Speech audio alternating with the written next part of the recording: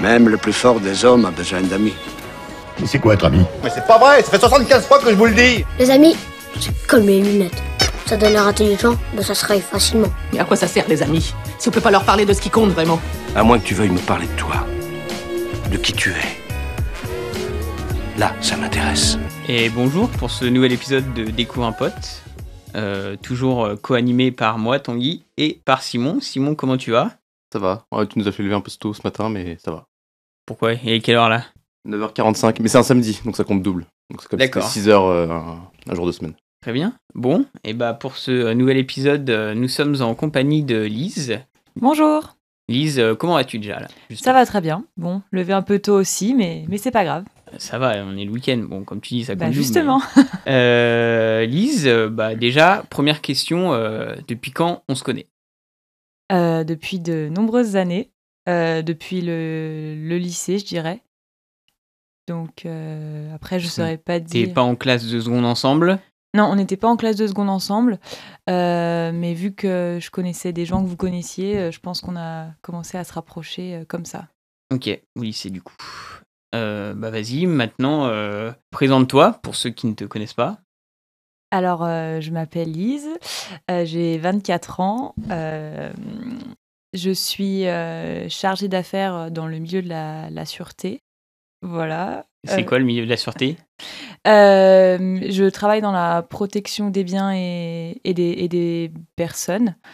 Je suis chargée d'analyser l'environnement d'un projet. En gros, si on a un bâtiment qui a vocation à accueillir du public de type établissement scolaire, de type cinéma, de type... Voilà, où il y a du public, quoi. Voilà, général, ouais. là où il y a du public. L'idée, c'est de s'assurer que l'environnement n'est pas trop, on va dire, perturbateur. Et si jamais il est perturbateur, en fonction du niveau de perturbation qu'il peut y avoir aux alentours de l'établissement, l'idée c'est d'assurer la sécurisation périmétrique du site et volumétrique du site pour éviter des dégradations, des vols, des intrusions, pour assurer un sentiment de sécurité pour les personnes qui vont, les usagers de l'établissement au quotidien. Ok, bon, c'est déjà pas mal, j'ai l'impression. Du coup, tu fais pas mal de visites terrain, du coup, je suppose. Exactement, je fais pas mal de visites terrain, je suis pas mal en relation avec les clients et c'est la partie la plus intéressante, je trouve, du métier, d'être vraiment sur le terrain, d'être en relation avec les gens, parce que derrière, on a des rapports à rédiger qui font plus de 80 pages et c'est la partie un peu moins marrante du métier. Ok, tu bouges dans toute la France, du coup? Du coup, pas dans toute la France, parce qu'il y a plusieurs agences dans ma boîte qui sont plutôt dans le nord de la France, donc nous, on rayonne plutôt entre Besançon et Nice, je dirais. C'est quand même un gros quart. C'est pas mal déjà. C'est quand même un gros quart sud-est. Mais voilà, ça permet aussi de voir un peu du pays. Les déplacements, c'est sympa, tout frais payé par la société. Ça fait toujours plaisir. Voilà, exactement. Et ensuite, sur la suite de la présentation, taf, d'autres... Et du coup, à côté du travail, je dirais que je mène un peu une double vie dans le milieu du mannequinat. Enfin, le mannequinat, c'est un bien grand mot. Disons que je suis modèle photo en amateur. Parce que je suis pas professionnelle, enfin, pas officiellement, disons.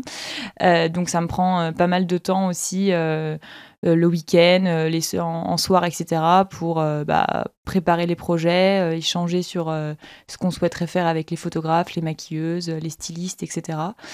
Et du coup, après, faire les sessions photos le week-end, généralement, puisque je travaille la semaine. Parce que du coup, tu poses pour des photographes. Exactement. Et après, les photos, elles vont quelque part, ou c'est plus vraiment personnel, ou c'est... Ça dépend en fait les projets. Il y a des photos les photos sont généralement publiées sur les sites internet ou les réseaux sociaux des photographes. En fonction des projets, je peux les utiliser ou pas. Ça dépend si c'est des contrats en collaboration ou des contrats professionnels. Et si c'est des contrats professionnels, les photos peuvent partir sur des affiches publicitaires, également sur les sites internet. Elles peuvent partir. Et là, j'ai pas forcément le droit de les utiliser, vu que c'est un peu, on signe des contrats de droit à l'image et l'image appartient à la personne qui produit les photos, donc généralement pas au photographe mais au client. Très bien. Et du coup, comment tu as découvert ça un peu? Je dirais un peu par hasard. Un été, je travaillais en usine, le truc très glamour. Pendant quelle période? Lycée? C'était, il me semble, j'ai commencé c'était l'été 2018. Ouais, donc oui, t'étais majeure. Donc déjà. j'étais déjà majeure, parce qu'on a passé le bac en 2016. Donc c'était entre ma première année et ma deuxième année de fac, me semble-t-il. Et du coup, j'ai rencontré une fille qui faisait ça, et elle m'a dit, moi, ça m'a grave aidée pour reprendre confiance en moi, j'aime beaucoup ce milieu, etc. Et du coup, ça m'a donné envie, enfin, la manière dont elle racontait un peu son expérience, ça m'a donné aussi envie de voir ce que ça pouvait donner. Et donc, je lui ai dit, bah, j'aimerais bien essayer, donne-moi des contacts et tout, et je veux bien payer pour faire une séance. C'est ce que j'ai fait. Donc le premier shooting que j'ai fait, c'était en août 2018 à Confluence. Il a duré genre 30 minutes et c'était assez impressionnant. C'est beaucoup 30 minutes? Non, c'est pas du tout beaucoup. Normalement, c'est sur la journée, quoi? Pas forcément sur la journée, mais en moyenne, c'est au moins 2 heures. 2-3 heures. Ok. Et là, c'est toi qui as payé? Et là, c'est moi qui ai payé, parce que du coup, j'ai pris les prestations d'un photographe, en fait, étant donné que j'avais jamais fait ça de ma vie, etc. Donc, c'est un service, j'ai payé les prestations d'un photographe. On a fait les photos, et il m'a rendu les photos quelques jours ou quelques semaines après, je me rappelle plus très bien. Et après, ces photos-là, au final, j'avais pas hyper aimé l'expérience parce que c'est assez gênant la première fois et puis tout le monde te regarde et tout alors que t'as pas l'habitude, tu sais pas quoi faire avec ton corps, tu sais pas quel geste faire, quelle expression faire, etc. C'est assez particulier, mais je me suis dit bah il faut au moins que j'en fasse quelques-uns pour voir si j'aime ça ou pas. Ouais, continuer l'expérience. Exactement. Et pas te laisser sur une seule fois, quoi. Exactement. Donc ce que j'ai fait, c'est que j'ai posté 2 ou 3 de ces photos sur un groupe Facebook fermé qui était un peu dédié à ça. Et grâce à ça, j'ai eu, on va dire, 3-4 photographes qui étaient intéressés par mon profil, avec qui j'ai organisé des projets, du coup, avec qui j'ai fait des shootings. Et du coup, j'ai eu des photos et j'ai commencé un peu comme ça, à aimer ça. Et puis, de fil en aiguille, j'en suis où j'en suis. Donc à la base, c'était pour la confiance en soi. À la base, c'était pour la confiance en soi. Ouais, j'avais pas du tout confiance en moi. En tout cas, j'avais moins confiance en moi. Et je m'étais dit que peut-être voir mon image en photo, j'allais avoir une autre image de moi-même au quotidien. D'accord, mais confiance en soi sur le physique. Oui. Et au final, est-ce que c'est quoi que t'aimes enfin, le fait de passer faire une journée de shooting et tout, c'est quoi que t'aimes le plus au final après coup Je dirais le relationnel. Maintenant, je travaille quasiment plus qu'avec des personnes que je connais, qui sont pour certains devenus mes amis. Et en fait, je vais à un shooting comme je vais à une après-midi pote. Enfin, on sait qu'on va certes travailler, on va faire les choses un peu professionnellement, on va sortir les photos qu'on aimerait sortir, mais en même temps, à côté, on va rigoler, on va se raconter nos vies. C'est vraiment des moments de vie. Parfois, on se voit même sans faire de photos parce que on s'apprécie aussi en dehors. Donc, c'est le milieu qui nous a permis de nous rencontrer. Mais c'est vraiment le côté le plus intéressant du milieu. Et je suppose du coup qu'à ce niveau-là, c'est pas trop concurrentiel du coup. Enfin, il n'y a pas de... Est-ce que t'as des... Je veux pas dire des rivalités, mais vous entendez quand même, j'ai l'impression, assez bien à ce niveau et il n'y a pas de... voilà, tu t'as pris ma place, j'ai plus de projet, etc. quoi. Non, je le ressens pas du tout comme ça, parce que justement, le côté rivalité, je pense qu'il y a des filles qui le ressentent, mais peut-être plus dans le milieu professionnel, parce que là, elles sont en agence et leur photo est en rivalité avec une autre photo pour le client, et le client choisit entre 2 filles, en gros, laquelle il va vouloir pour sa campagne de publicité. Moi, vu que je fais ça un peu en amatrice, je ressens pas ce côté rivalité, et c'est vraiment au feeling, en fait. Donc, je dis pas qu'il n'y a pas des gens qui sont jaloux, parce que on le voit bien, c'est quand même un milieu assez particulier, et c'est vrai que étant donné que maintenant on a monté un petit groupe de filles avec qui on s'entend bien, pas forcément que des photographes, il y a d'autres modèles, il y a d'autres maquilleuses, etc. C'est vrai qu'on a tendance à travailler ensemble. Quand on a une idée de projet, on fait appel, on va dire, que aux personnes de ce groupe-là. Donc ça peut créer des rivalités avec des gens qui voudraient rentrer dans le groupe. C'est pas toujours évident, mais sinon, non, il n'y a pas de concurrence entre les personnes. Et même au contraire, on est plutôt là à s'entraider. Quand on me demande si je connais des modèles, des maquilleuses, des photographes, je suis toujours là à donner les noms des personnes que je connais, avec qui j'apprécie travailler, et dont j'apprécie le travail. Ok. Et du coup, je suppose que c'est sur Lyon, du coup, à peu près. Essentiellement sur Lyon. Ça m'arrive d'aller un peu aux alentours, par exemple Grenoble, Chambéry, parce que je connais des photographes qui travaillent là-bas. Ça m'arrive de monter à Paris. Et puis après, ça m'arrive de faire des déplacements un peu en France avec des équipes constituées pour explorer de nouveaux horizons, vu que Lyon, maintenant, on commence à connaître. T'as toujours été avec ces groupes-là, ou t'as eu d'autres photographes, est-ce que t'as une idée un peu périphérique de type de gens qui est dans ce milieu ou... Avec Instagram, on arrive quand même à savoir qui travaille dans ce milieu et qui travaille bien dans ce milieu, parce qu'au final, il y a quand même plein de photographes qui se disent être photographes. Alors, ils le sont certes, mais à des niveaux différents, après ce qui est normal, avec des styles différents, etc. Donc, j'ai une idée des personnes avec qui, en tout cas, je souhaiterais travailler dans d'autres villes, par exemple. C'est un milieu qui reste bienveillant et tout? Pas toujours. La manière dont je le pratique, c'est un milieu bienveillant parce que c'est vraiment en mode bon enfant, entre amis, etc. Mais on peut tomber sur des personnes qu'on connaît pas forcément et qui vont venir un peu mettre des problèmes dans un groupe ou sur un projet. Là où il y en a pas, quoi. Là où il y en a pas, Ouais. exactement. Ok. Par rapport à des jalousies, par rapport à du fait que il aurait voulu travailler avec ce photographe-là, il n'a pas eu l'occasion, ou ce photographe-là ne veut pas travailler avec lui, mais il travaille avec toi. Mais moi, je le ressens pas comme ça. Ok. Si tu pouvais en vivre, tu le ferais ou pas? Oui. Et, Mais c'est compliqué. Ouais. C'est compliqué parce que déjà, il y a pour le coup, pour être mannequin professionnel, il y a énormément de concurrence. Il y a énormément de filles qui font ça, qui font ça ou qui veulent faire ça. Et après, malheureusement, les agences ont des profils assez stricts, même si il y a de plus en plus d'agences qui s'ouvrent pour prendre des filles qui respectent pas la norme standard de la beauté qui a été définie il y a déjà quelques années. C'est pas toutes les agences et c'est pas toutes les filles qui ne respectent pas ces standards qui peuvent rentrer en agence. Okay. Et je sais que je fais pas partie du lot des personnes qui pourraient avoir la chance de rentrer en agence, même si j'ai tenté ma chance. Mais j'ai déjà la chance d'arriver à être rémunérée sur certains projets, donc c'est déjà bien, et puis de travailler avec des photographes maintenant quasiment tous professionnels, ce qui fait que j'ai déjà je travaille déjà avec des professionnels, donc j'ai déjà des projets qui sont professionnels, qui ont une qualité qui est supérieure à des projets en collaboration qu'on peut mener. Parce que du coup, tu disais d'être rémunéré sur des projets, c'est sur les projets que tu fais, la plupart sont rémunérés ou c'est du bénévolat, entre guillemets, au début? Alors, le principe de base, c'est la collaboration. Donc, en gros, le photographe sélectionne un projet, il sélectionne un profil de personnes avec qui il voudrait, qui correspond au projet. La modèle et les maquilleuses disent oui ou non, le projet m'intéresse. Et du coup, on travaille tous ensemble. Et l'idée, c'est qu'à la fin, on repart tous enrichis de cette expérience parce que du coup, on s'est rencontrés, on a échangé sur nos expériences. Et après, chacun utilise les photos pour alimenter son book, pour ensuite se faire de plus en plus connaître, etc. Et après, il y a les contrats qu'on appelle professionnels, donc là, rémunérés. Et j'en ai fait quelques-uns, j'ai eu la chance d'en avoir quand même quelques-uns, notamment dernièrement. Ok. Le book, c'est quoi? C'est l'ensemble de toutes les photos que tu as fait Voilà, dans le milieu pro, le book, c'est vraiment ta présentation en tant que mannequin. Et du coup, j'ai un book en ligne auquel tout le monde peut accéder. Et c'est grâce à ça aussi que j'arrive à avoir quelques contacts dans le milieu pro. Ok. Et quand tu parles de contrat rémunéré, c'est qui paye? Est-ce que c'est lié forcément à une entreprise ou à une pub ou il y a d'autres moyens Généralement, c'est le client.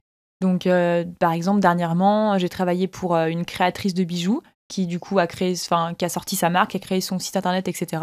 C'est elle qui a choisi, du coup, l'équipe avec qui elle voulait travailler, donc photographe, maquilleuse, modèle, etc. Et du coup, c'est elle qui nous a rémunérés.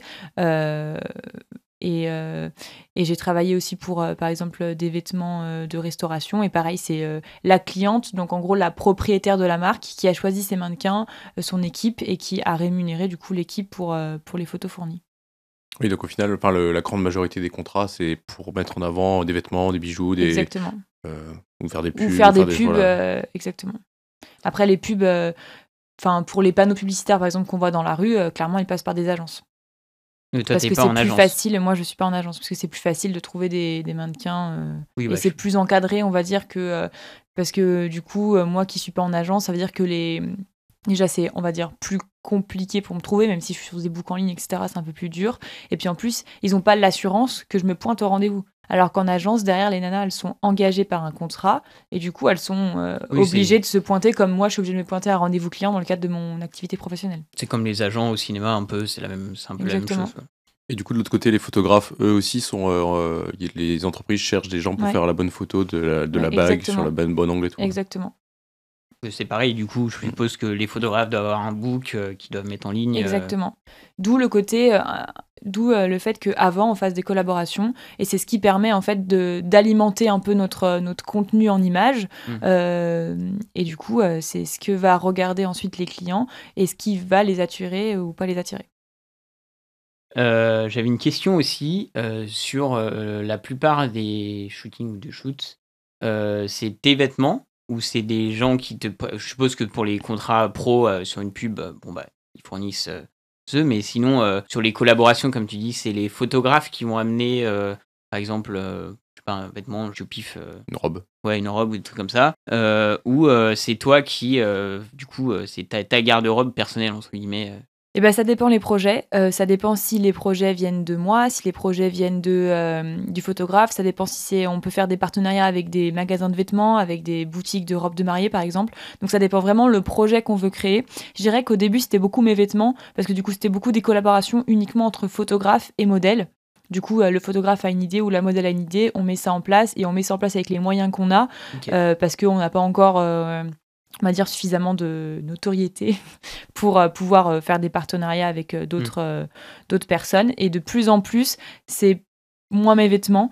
Et du coup, je trouve que de plus en plus de photographes acquièrent des tenues qui leur plaisent pour les proposer du coup à leurs clientes. Et du coup, c'est avec ces tenues-là que nous, on shoot en premier en collaboration pour ensuite consulter les images qu'ils vont pouvoir vendre à leurs clientes pour donner envie d'acheter un shoot. Ok.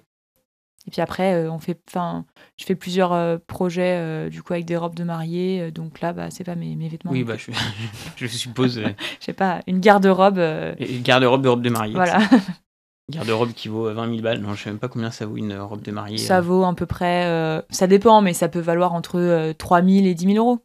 Voire même plus, mais on va dire en moyenne, ça coûte assez cher. C'est assez cher. T'auras jamais en acheté, t'inquiète, Tanguy. Oui, j'ai acheté mon costard, c'est bon, pour l'éternité. Et l'entourage, il y a des avis un peu différents de comment ils te voient dans ce milieu-là parce que je suppose qu'il y a plein de gens peuvent avoir des idées reçues sur le fait de faire du mannequinat et tout. Donc, Tout à fait. Quand tu parles d'entourage, en premier lieu, je pense à mes parents qui au début étaient un peu réticents. Voilà, j'allais dire très réticents. Disons pas très contents de me voir évoluer dans ce milieu. Parce qu'ils trouvaient que c'était pas forcément intéressant et il y a beaucoup d'a priori sur ce milieu. Beaucoup de gens se disent tu fais la potiche derrière un appareil photo, c'est facile, tu fais la belle, tu te la pètes, etc. Et mes parents voulaient pas forcément que je rentre dans ce milieu-là. En plus, ça me prenait du temps. Et ça arrive que des modèles tombent sur des mauvaises expériences par des photographes qui sont un peu malsains, qui veulent les voir dénudés et plus, malheureusement. Donc, ils n'étaient pas très réceptifs.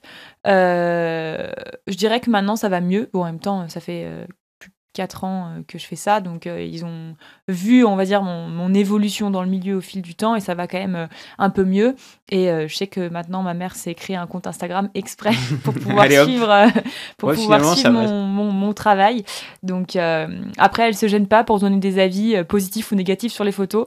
Donc, clairement, quand elle dit que c'est bien, ça fait plaisir. Quand elle dit que c'est pas très bien, ça fait pas forcément très plaisir. Surtout quand toi, t'aimes les photos. Je me souviens d'un shoot que j'avais fait quand j'étais descendue dans le sud et je lui avais montré la photo que moi j'adorais et elle m'a dit mais tu ressembles à une baleine ma fille.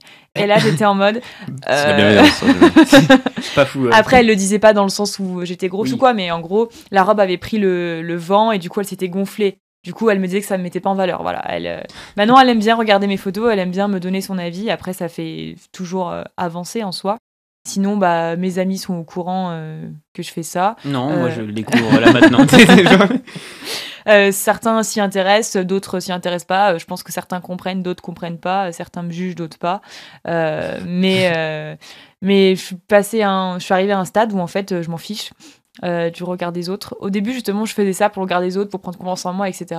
Et maintenant, je fais ça juste parce que ça m'apporte quelque chose en tant que personne. ça m'apporte du fait de rencontrer des gens. Ça m'a appris beaucoup, beaucoup sur moi parce que mine de rien, quand on doit rester 4 heures derrière un appareil photo à vouloir faire exactement ce que le photographe veut, parfois on n'y arrive pas ou parfois on n'a pas forcément envie de faire ça précisément et pourtant il nous demande de faire ça.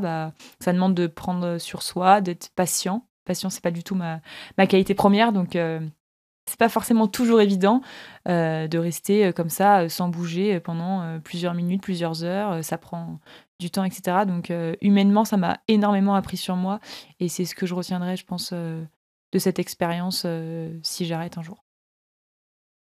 Et comme tu parlais des photographes qui peuvent des fois tendre à vouloir, je sais pas, les filles un peu plus dévêtues et tout, tu t'es mis des limites, toi, avant d'y aller? Et est-ce que tu arrives à pas en déroger ou comment ça se Tout est en passe? mode Osef.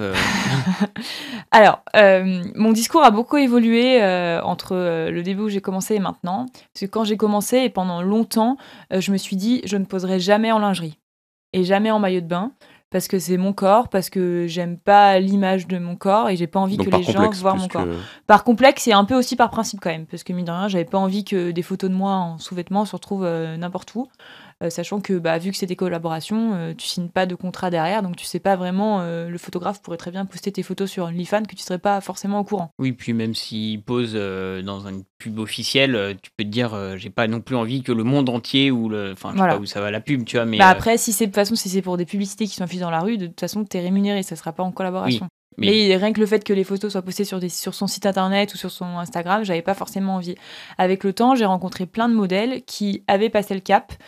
Et j'en ai discuté avec elle parce que moi, je voulais pas passer le cap. Et au final, je me suis dit, Osef, au bout d'un moment. Enfin, pas Osef, parce que je poserai pas nu, par exemple. Enfin, c'est pas quelque chose qui m'intéresse de poser nu, quoique j'ai déjà on te posé sans réinterviewera dans 5 ans quand t'auras passé le cap aussi. quoique j'ai déjà posé sans soutien-gorge, par exemple. Donc, on pourrait dire que c'est un peu du nu. Mais ça reste quelque chose de très caché, on va dire. L'idée, c'est pas que les gens me voient toute nue sur les réseaux. Et mine de rien, ça apporte encore quelque chose. Le jour où j'ai fait mon premier shooting maillot de bain et que j'ai vu mon corps en photo, autant j'ai eu des très bons retours, autant j'ai eu des retours un peu en mode moins bons retours, mais c'est un peu une positive attitude. On entend beaucoup parler du body positive. C'est un C'est peu quoi? C'est un peu ça, les filles qui savent qu'ils n'ont pas un corps parfait, en tout cas qu'elles n'ont pas un corps qui est à l'image, on va dire, de la norme parfaite. de la norme, mais qui montrent quand même leur corps, leur rondeur, leur forme, leurs défauts. Et en fait, c'est juste beau à regarder, même si oui, elles n'ont pas un corps parfait, elles ont des défauts, mais leurs défauts sont beaux à regarder. Et ça permet aussi de montrer à toutes les filles que c'est pas parce qu'elles ont de la cellulite, des vergitures ou des rondeurs qu'elles sont pas belles. Enfin, chaque corps est beau à sa façon. Donc c'est aussi un peu dans cette logique-là que j'ai commencé à faire un peu des shootings comme ça. Donc j'ai fait un shooting maillot de bain où j'ai essayé de faire un peu de body positive justement. Et puis j'ai fait un ou deux shootings un peu lingerie. Mais je suis toujours restée dans mes limites. Dans le sens où les photos de lingerie que j'ai faites, soit on voit pas mon corps entier, soit on voit pas mon bas du corps, soit disons que j'ai plus de facilité à exposer le haut de mon corps que le bas de mon corps. Donc, par exemple, je m'arrange toujours pour que les photos, ça soit des photos portraits et qu'on voit pas le bas de mon corps. Ouais, donc, donc j'ai quand même des limites. Et je pense que c'est important d'avoir des limites et de pas faire n'importe quoi avec son corps, même si et c'est vrai qu'il y a des filles qui sont tombées sur des photographes. On a des groupes un peu d'entraide et il y a des filles qui sont tombées sur des photographes et elles n'avaient pas forcément ces limites-là, ou en tout cas elles se sont laissées un peu influencer par les volontés du photographe. Elles se sont retrouvées nues et c'est pas forcément ce qu'elles auraient voulu. Et après les photos, t'as beau les recevoir, etc. Toi, tu sais que tu veux pas les utiliser parce que tu veux pas montrer ça, mais si le photographe il est pas bienveillant, il peut très bien les utiliser sans ton accord, quoi. Ça fait un peu syndrome de la blouse blanche. Le mec, le photographe, il a son appareil photo et il est en mode, il te dit de faire ça et toi t'es un peu en mode ouais, ok, allez, vas-y, tu vois. Exactement. C'est vrai que ça peut être un peu limite des fois, je suppose. Exactement. Puis après, il y a plein de photographes il y a des photographes qui ont de la notoriété. Du coup, il y a des filles qui sont attirées par cette notoriété et qui veulent travailler avec eux parce que oui, moi aussi, il y a des photographes qui leur travail est tellement beau que tu as envie en fait de travailler avec eux et de collaborer. Et il y a des photographes qui en ont joué. Ils ont joué un peu de cette influence-là sur certaines filles qui se sentaient un peu fragiles et elles se sont retrouvées à faire des choses qu'elles voulaient pas faire en fait initialement, mais sous l'emprise de l'influence et de certaines menaces, voilà. ça va vite. Hashtag balance ton photographe. Et Ouais, c'est du ça. coup, c'est pour ça qu'on a des groupes d'entraide et c'est assez intéressant. On en a un notamment sur Lyon, qui a été créé d'une initiative d'une modèle. Et en fait, il y a des modèles, des photographes, des maquilleuses. Et dès qu'on a une mauvaise expérience avec un photographe, qu'on juge importante, on balance le nom de ce photographe, enfin de la personne en Oui, tout bah, cas, si- ou avec laquelle on a une mauvaise Faites expérience passer sur le la groupe. balise, quoi. Et après, comme ça permet d'éviter que d'autres personnes aient des problèmes avec ce photographe. J'ai l'impression d'entendre la même version, pareil, mais sur les acteurs aussi, tu vois, genre avec les réalisateurs qui, bah, au final, c'est pareil, hein, sauf que c'est une caméra, mais Tout à qui, fait. bah, les actrices ou les acteurs qui veulent, plus les actrices qui veulent jouer dans tel ou tel film avec tel ou tel réalisateur, et bah, ça finit un peu pareil, quoi. Certains abusent un peu trop. Tout à fait. C'est les milieux un peu de l'image, parce qu'au Oui. final, Bah, les tu- photos, les c'est- films, c'est pareil, c'est ton image, donc Et c'est les gens te assez voient ou te voient pas, difficile- quoi. Exactement, Donc, c'est assez hop. difficile à maîtriser.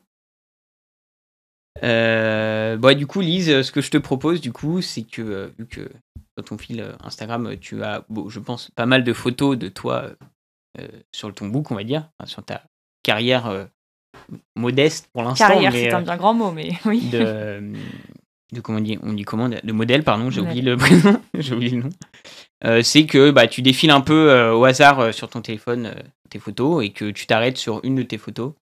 Tu nous racontes un peu soit comment ça s'est passé, si c'est intéressant, ou si tu as une anecdote à propos de ce shooting. Voilà. Ok, ça marche. Alors, du coup, je prends ma page Instagram. Bon, effectivement, il y a 247 publications sur cette page Instagram, donc ça fait beaucoup.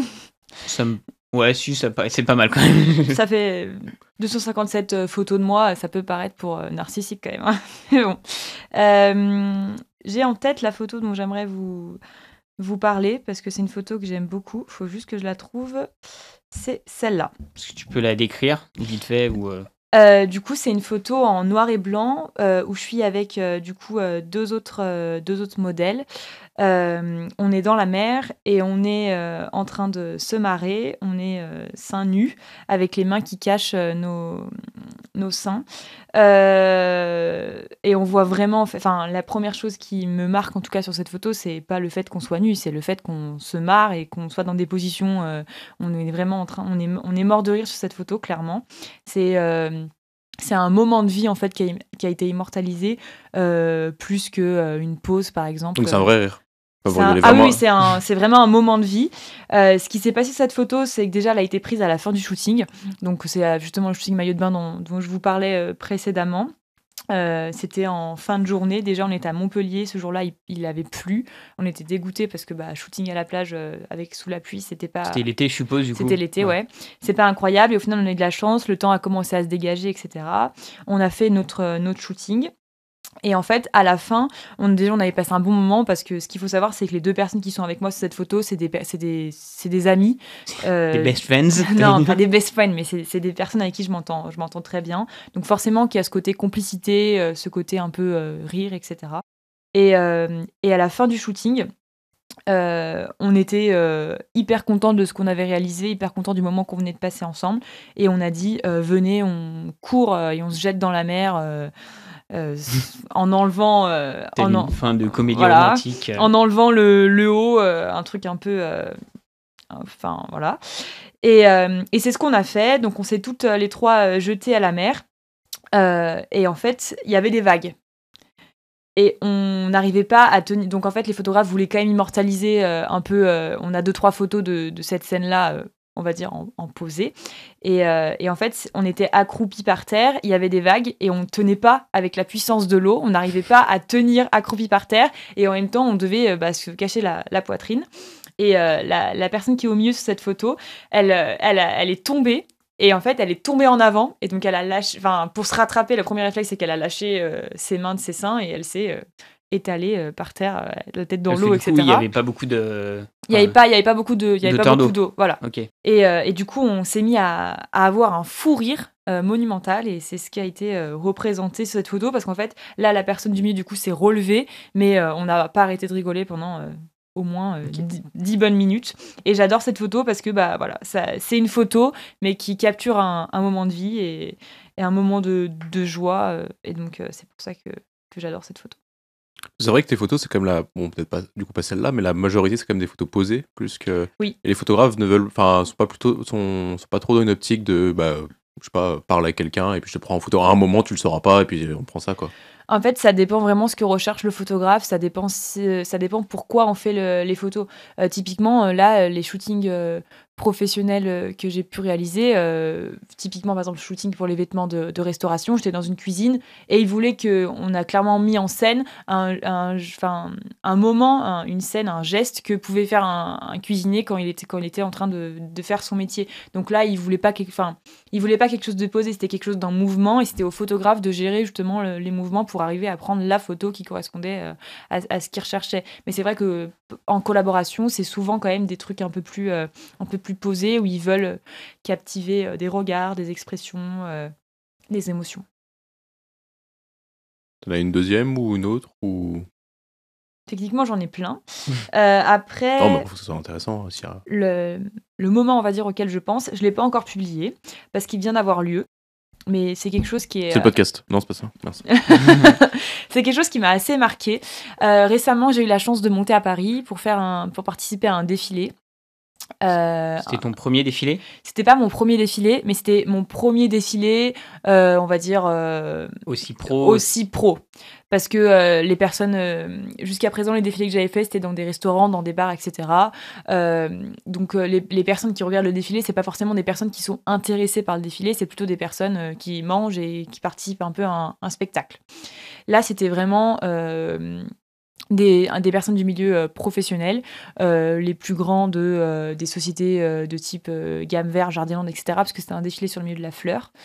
Et c'était vraiment une expérience assez intéressante parce que déjà, j'étais dans un lieu incroyable. On était au Grand Hôtel Intercontinental de Paris. Donc déjà, le lieu, tu te dis, t'es pas dans... Ça claque, quoi. Ça claque, voilà. Un autre level que exactement, par rapport à avant. En fait, t'es pas du tout dans le même level.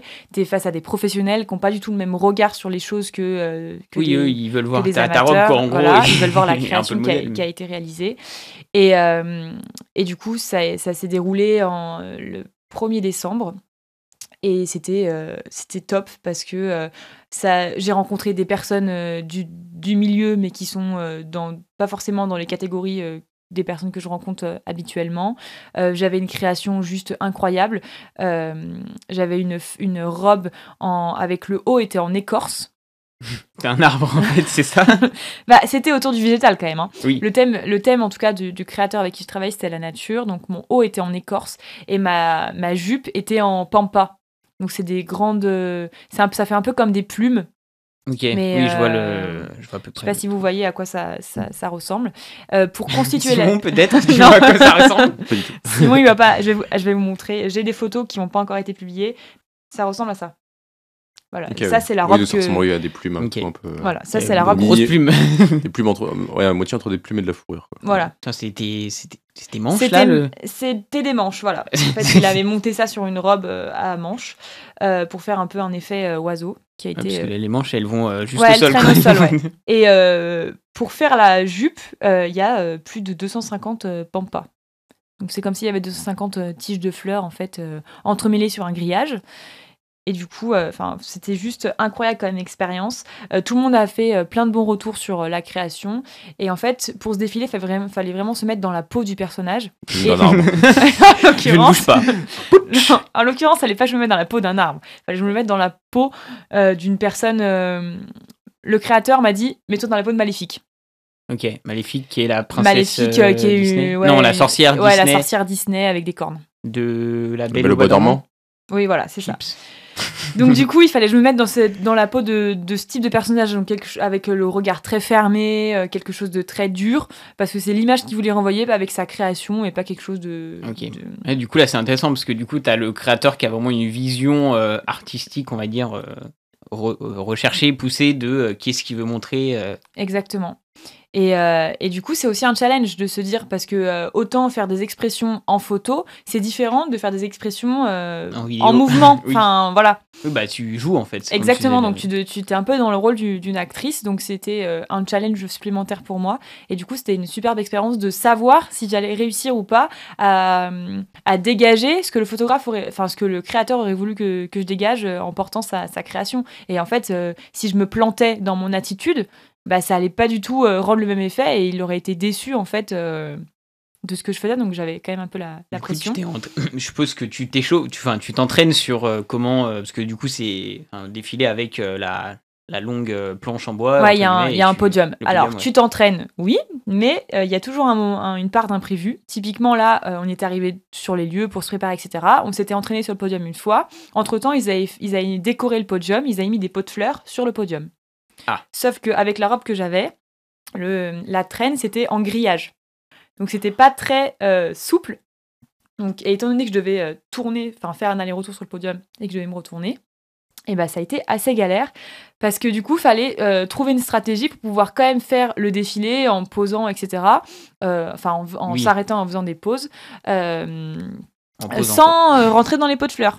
Okay. Et sans me casser la gueule en tournant parce que j'avais la jupe qui tournait pas vraiment. Et en paraissant méchante. Ben voilà, il y a trop de paramètres à gérer avec les talons. Donc en plus, il y avait des marches à monter, donc il fallait pas se casser la gueule. Enfin bref. Et au final, du coup, ça a été un super challenge.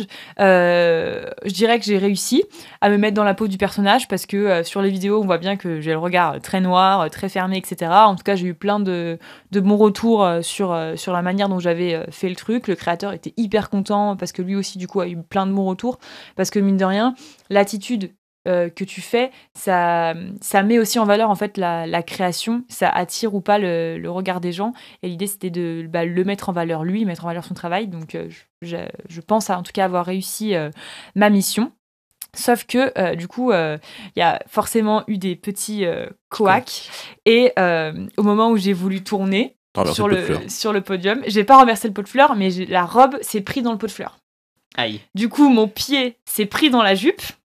Et c'est là où tu te dis, t'as genre une seconde pour réussir à trouver une solution pour avancer sans te casser la figure et sans que ça passe inaperçu. Heureusement, j'étais de dos par rapport au public. Donc en fait, ils ont pas vu ma tête parce que dans ces cas-là, tu peux pas te retenir de faire une tête en mode « Oh mon Dieu, je vais faire une connerie ». Et j'ai réussi à gérer, j'ai senti un peu que la robe accrochait au pot de fleurs, mais j'ai réussi à gérer et à avancer, à finir ma prestation, on va dire, et à sortir de scène. Mais du coup, ça a été... un moment plein d'émotions, déjà parce que tu es devant plein de gens, tu dois jouer un rôle, etc., mais aussi parce que tu as des petits soucis à gérer que tu peux pas forcément anticiper. Est-ce qu'on se fera un petit jeu en rapport avec les photos, justement?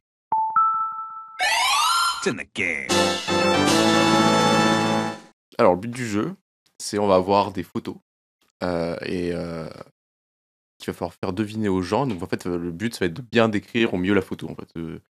Et donc, voilà, chacun va essayer de faire utiliser les bons mots pour dire la photo. Donc, la photo, elle a un titre. Si c'est, je sais pas, si c'est Harry Potter, ce sera Harry Potter qui fait tel truc. Et le but sera justement de ne pas dire les mots. Donc, il y a le titre, il ne faut pas dire les mots du titre. Il y a quelques mots interdits qui sont mis dedans pour pas. Donc, il faut tourner ça pour décrire l'image au mieux, quoi. Ok. Et du coup, on tourne, chacun décrit une image, et c'est un des deux autres qui va essayer. Enfin, les deux doivent se battre pour essayer de deviner, et puis. On peut poser des questions et l'autre peut avoir le droit de répondre oui ou non ou... Oui, je pense, oui. Ok. Alors, on est sur une photo. Donc, il y a un gars qui prend la pose. Alors, il prend une pose, mais c'est pas pour une photo. Il prend une pose... Pour un modèle? Comme un modèle? Non, il est en mouvement. Enfin, ça a été capturé sur un instant. Voilà. Ok, d'accord. Oui, il prend une... Ok, d'accord. Voilà, il a une position qui est pas droite, quoi. Il a pas les jambes tendues. Enfin, il est pas. Il est assis. Alors, on n'a pas tout le temps les poses. Il est sur ses... Voilà, il est en combinaison de sport. Il semble regarder des gens loin qu'il désigne du doigt. Dans le fond, on voit beaucoup de gens assis. C'est dans un stade? Oui. Un stade de foot? Non. Un stade de rugby? Non. Stade d'athlétisme. Ah, Usain Bolt? Ouais. Ah, bien. C'est le doigt en fait, c'est le point du doigt où il fait. Ah oui. Du coup, il fait son truc, son dab en fait. C'est un dab. Il a dabé en 2008 en fait. Oui, c'est vrai que ça ressemble un peu. Usain Bolt a inventé le dab. Ok. Donc c'est la photo d'un homme. Cet homme est vivant. Ça va être très simple, hein, mais Mais il faut plus décrire la photo que décrire Ok. qui est la personne. D'accord. Faut vraiment bah, décrire c'est la la photo. photo d'un homme vivant. D'accord. Il est pas mort. sais Cet pas homme s'il est est en en photo. costard cravate, Ok. costard noir, chemise blanche et cravate bleue et jaune. Cet homme est en train de sourire. Il regarde vers la caméra. Il a les cheveux noirs, la peau un peu balsanée, si voilà. Voilà, c'est juste un photo de portrait, donc c'est pour ça que j'étais en mode. Obama Oui. Voilà. Et qu'est-ce que tu veux dire d'autre Alors, la peau un peu, ça décrit Oui, pas bah, forcément la vraie couleur de peau. Oui, bah ouais, il est plutôt clair sur cette photo, entre guillemets, tu vois. Bref, on va pas épiloguer. Tiens, à toi, Lise, du coup. Alors, du coup, c'est une image qui est assez colorée. Il y a un personnage sur cette image qui est chauve. C'est pas forcément ça représente pas forcément quelque chose de réaliste, dans le sens où les traits qui sont dessinés sur cette image, elles sont pas forcément réalistes. C'est une peinture. Oui. Ok. Qu'est-ce que je pourrais vous dire d'autre ? Il y a la personne, en tout cas le personnage qui est dessiné sur cette image, elle exprime quelque chose. Elle exprime un sentiment, une émotion. Le cri d'Edouard Munch. Exactement. J'y pensais. Mais c'est vrai que Je savais pas qu'il était chaud. Je me rappelais plus. Bah, qu'il était chaud. il a une tête un peu dégarnie, quoi. Mais je crois que c'est le sentiment, c'est en mode. Ah. Et d'ailleurs, en plus, je crois que cette photo, tout le monde croit que c'est le mec qui crie. Mais en fait, non, c'est le mec qui entend un cri, en fait. Et du coup, il est en mode. Ouais, parce qu'il se bouche les oreilles, en fait. Oui, ouais, c'est ça. Il se bouche les oreilles. Et du coup, partie des tableaux qui sont mal compris en général. Alors, c'est une image sur fond noir qui fait un peu un shooting. C'est une personne qui a la cinquantaine d'années. J'ai Lise sur le qui est screen plutôt d'avant, mais- qui est pris 50 ans. en mode portrait. Ouais. Petit regard plutôt séducteur à la caméra. Clara Morgan. Il... Cinquantaine d'années, Clara Morgan. Bah, je sais pas quel âge elle a. Non, c'est un homme. Ah, C'est un homme un peu cheveux grisonnants. c'est Georges Clooney. Oh. Donc c'était Georges Clooney faisant la pub Nespresso. Je pensais à Belmondo au début, t'es genre les vieilles photos un peu en mode Jacques Brel, Belmondo, t'es qui pose, enfin voilà, tu vois. Où est le prochain Putain, mais il y a pas mal de photos, il a bien bossé, Paco. Hein. Ok. C'est quelque chose de noir. C'est un objet qu'on peut observer dans un musée. La pierre de Rosette. Non. C'est fait à l'aide... pas à l'aide d'un pinceau. C'est fait à l'aide d'autres outils. C'est de l'art. Dans un musée, c'est pas mal quand même. La personne qui est représentée sur cette image, elle est assise sur quelque chose. Elle a un bras Le posé penseur sur... de Rodin. Exactement. Je sais pas, personne noire, et j'étais en mode, comme c'est pas fait à l'un d'un plateau, c'est Moi, le sur noir une m'a sculpture. perturbé. Je pensais, Et du coup, j'étais en vraiment mode, un truc vraiment, vraiment noir. Quoi. La photo est sombre, non il est noir, hein. Il est vraiment en bronze, Oui, c'est vrai. enfin pas en bronze, mais je sais pas combien c'est. C'est une image. Oui, non. Donc c'est une photo. C'est une photo. Enfin, c'est vraiment une photo. Les gens voient que c'est une photo qui sont en train d'être pris. Il y a 6 personnes qui sont alignées sur une table, qui sont en train de boire dans des sortes de cappuccino, voilà, café plus C'est crémeux. une pub, quoi. C'est une photo d'une pub. Non, ça ressemble pas. Enfin, ça aurait pu être une photo de pub. Enfin, dans l'aspect, mais c'est un pas. film. Non. C'est une série. Oui. Donc les 6 personnes sont en groupe de 3. Donc chacun a son. C'est Friends. Oui. Ah, bien vu. J'étais en mode. Ouais, c'est vrai que série 6, ça. Je pense que ceux qui ont vu Friends doivent tilter. Je n'ai pas vu Friends. Paco m'en voudra éternellement, mais Je savais pas qu'il y avait des gens qui n'avaient jamais vu Friends. Bah, c'est mes sœurs qui regardaient quand Alors, j'étais. j'ai jamais regardé de ma vie. Hein. C'est mes sœurs qui regardaient quand j'étais plus jeune et moi j'étais en mode. Bon, déjà, il y a les gens enregistrés qui me. C'est ignite pour une série, j'arrive pas à me mettre dedans et du coup, je regardais jamais. Et c'est mes sœurs qui regardaient et je faisais autre chose quand elles regardaient. Ok. C'est un bâtiment avec Encore une forme assez iconique. C'est un bâtiment avec un énorme trou au milieu. La grande mosquée. Je savais pas qu'il y a un trou dans la mosquée, mais non, c'est ni l'un ni l'autre. Le bâtiment est très symétrique dans l'axe Verticale. vertical. Réfléchis. Le bâtiment est pas très grand. Enfin, genre, il est assez haut, je dirais une. C'est la Tour Eiffel. Non, Colisée. non. Il est quand Le même assez Panthéon. petit. Non, c'est genre peut-être une trentaine. Alors, je dis bâtiment, mais je sais même pas si on peut rentrer dedans. Juste un bâtiment au terme. Ah, c'est la architecture. Tour de Pise. Non, parce qu'on peut rentrer dedans. Ça doit faire quoi, une vingtaine de mètres de large et une vingtaine de mètres de haut, à peu près, pour que vous voyez. Je pense. Je sais même pas, j'y suis jamais allé en vrai. Le bâtiment est plan. Il y a deux statues devant. Du coup, il y a deux statues devant, de part et d'autre. On peut passer du coup dans le trou qui est au milieu. Ah, c'est l'Arc de Triomphe. Ah oui. Ok. C'est genre décris ton bâtiment, mais mal, tu vois. Genre, ça fait combien de mètres en vrai, en hauteur En À peu hauteur, près c'est 20. T'as pas dit 20. Ouais, Ouais, ça fait un Ça peu veut dire plus. plus que 20. Je sais pas, je suis jamais allé à la place de. J'aurais dit 70. Ok. Ouais, il y a quelques marches Ah quand ouais, même pour c'est- monter là-haut. Oui, tu peux monter du coup là-dedans. Ouais. Ouais. Parce c'est qu'il y a une belle pareil. vue au-dessus de tout C'est Paris pas- quand même. Mm. Oui, mais je ne suis pas Je te parisien. le dis. Pour votre information, il n'y a aucun mot interdit. Ah. Donc tu peux décrire l'image comme tu le veux alors. Enfin, C'est le une titre, image- faut pas le dire quand même. Mais... C'est une image qui est en noir et blanc. Il y a un homme qui est représenté sur cette image, qui regarde l'objectif. Un homme qui est vieux. On sent qu'il est marqué par le temps. Picasso. Non. Il porte une veste. On dirait qu'il porte une veste ou une chemise un peu grise, un motif un peu ancien. Il a les cheveux blancs qui sont coiffés un peu en bas. Einstein. Exactement. Oh là là, mais je suis trop fort en fait. Il y a aucun mot interdit. Einstein. Oui, bah par la réponse, oui, c'est sûr. Ouais, mais du coup, c'est pas mal ça du coup. Si tu fais juste sur la description de la photo, C'est bien. le but du C'est jeu, le but ouais. du jeu, oui. Oui, c'est vrai.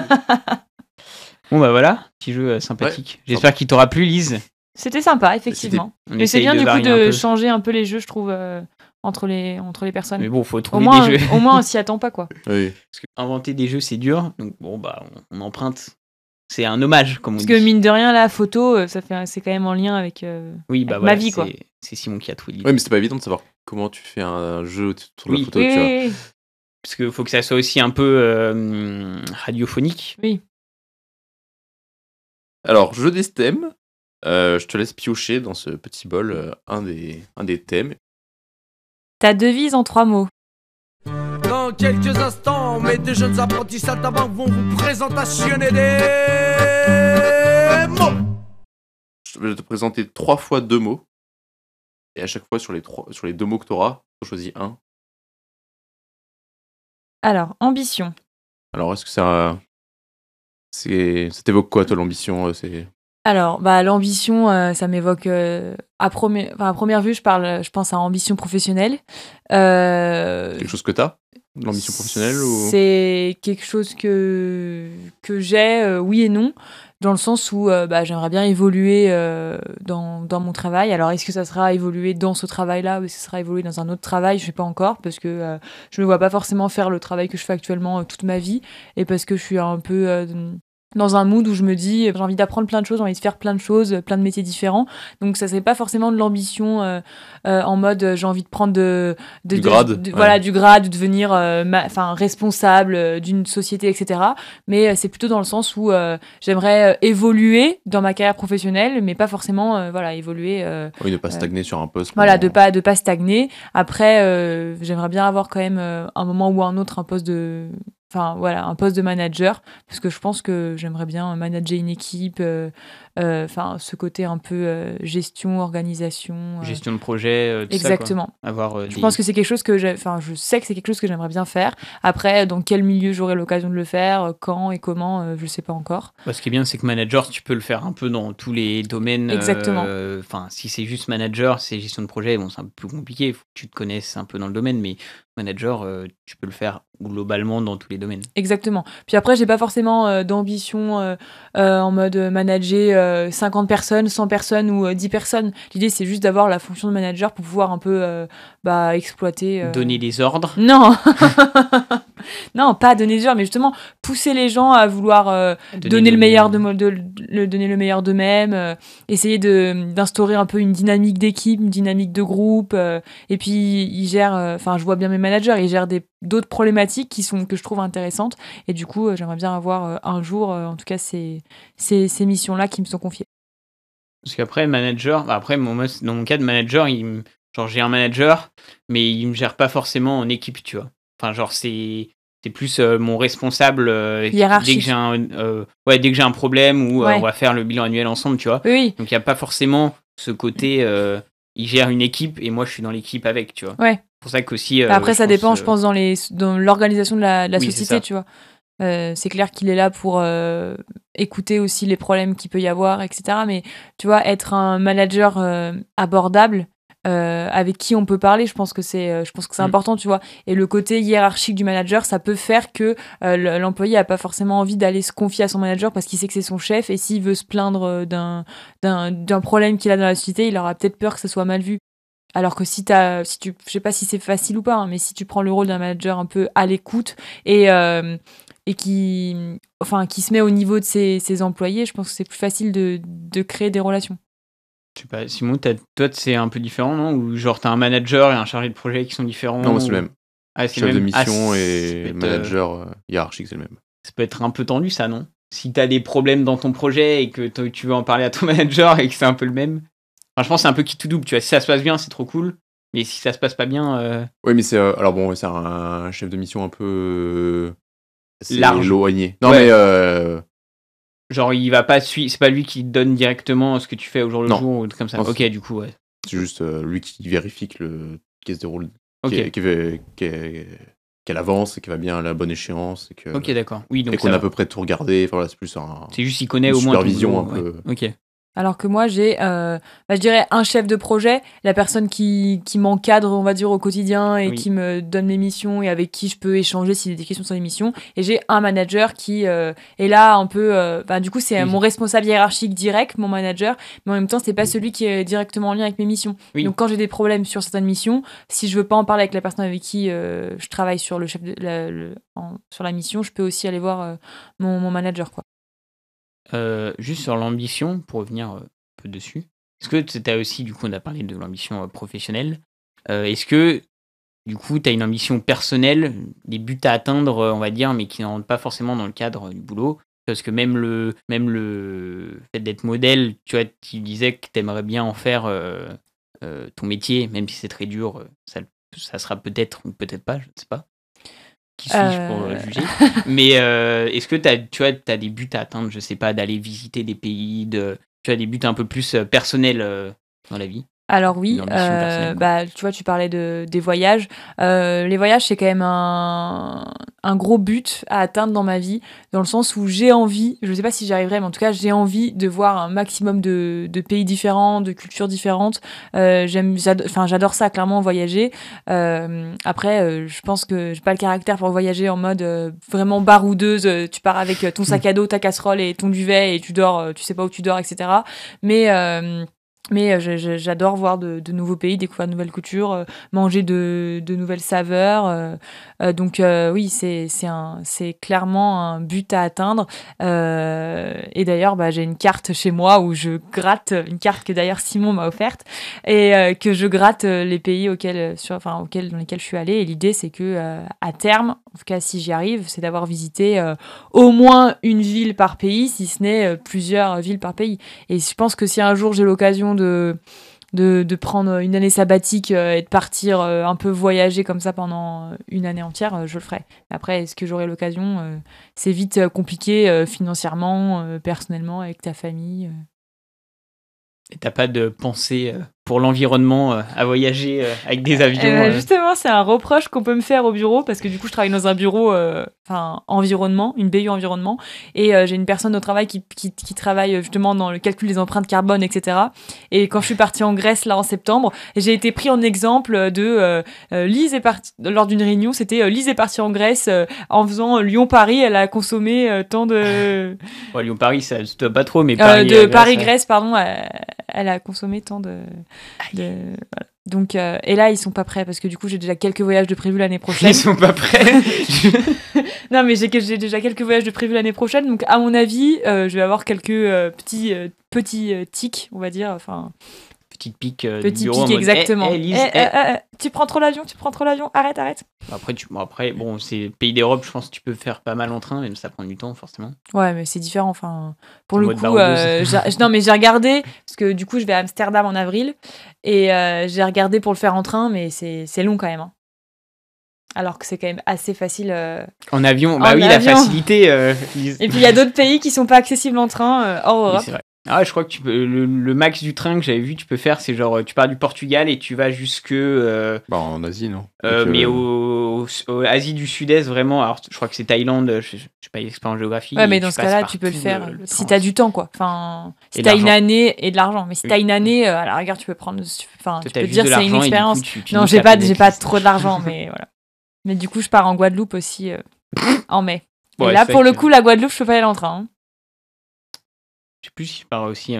Bon, je fais mon mea culpa. Ouais, mes parents, ça fait 15 ans, ils nous disent bon, dès que vous êtes tous, vous travaillez tous, que vous pouvez poser une semaine de congé, on part. Alors, je crois que c'est la Réunion. Je confonds entre Guadeloupe et Réunion, mais je pense que c'est la Réunion. Pas au même endroit. Hein. Oui, je sais, mais c'est une île. Ça reste une île. des dom-tom, ou je sais plus comment on dit. Et du coup, là, c'est l'année prochaine. Ma mère, elle est vraiment en mode. On va faire découvrir l'île. On a kiffé ça quand on était jeunes. Et du coup, je vais devoir partir en avion. Et du coup, c'est à quelle période que tu partirais je crois que c'est au niveau automne. Ouais. Parce que c'est le mieux en termes donc c'est pas la Guadeloupe. Parce que la Guadeloupe, c'est pas la bonne période pour y aller. Ok, ça doit être la Réunion du coup. Donc voilà, je vais faire mon seul... mon empreinte carbone va augmenter en flèche. Avec un gros vol...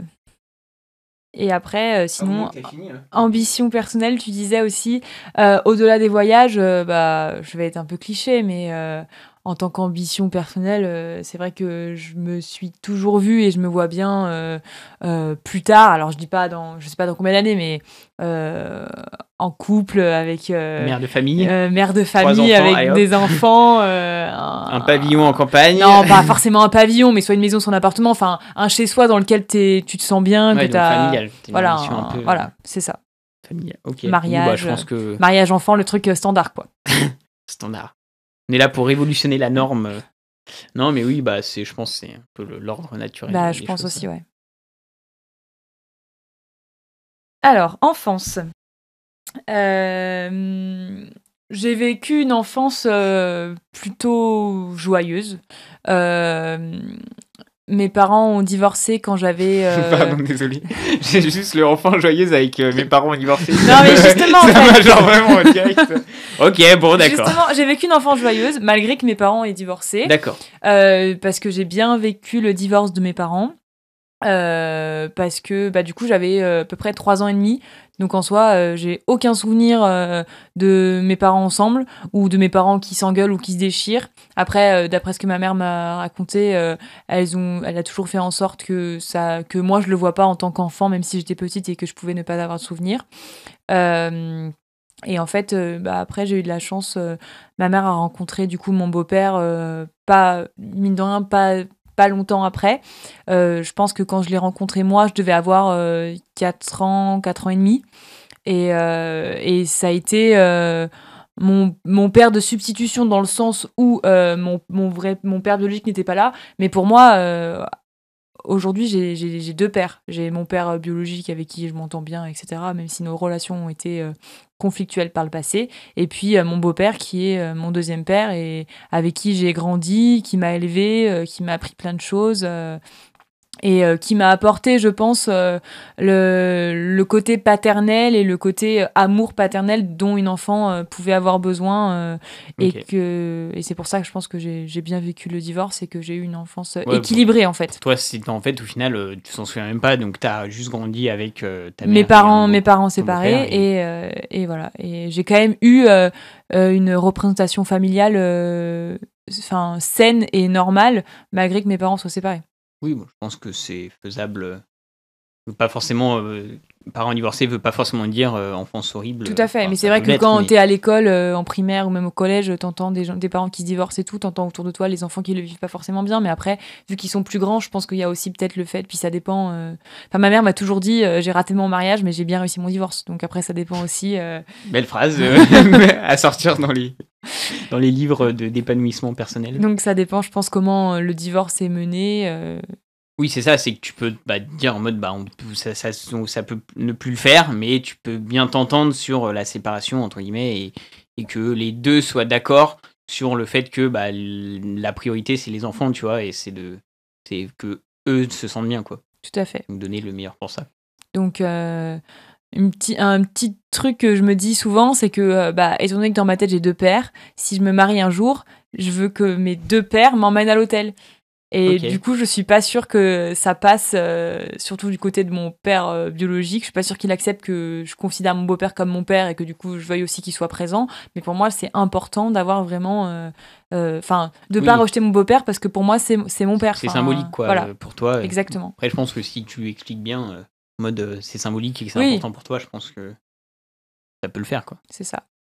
Et après, du coup, une enfance joyeuse aussi parce que j'ai une famille qui a toujours été très présente, malgré que j'ai eu quelques conflits avec ma mère, des conflits mère-fille un peu standards, elle a toujours été là, elle nous a toujours élevés dans un foyer joyeux.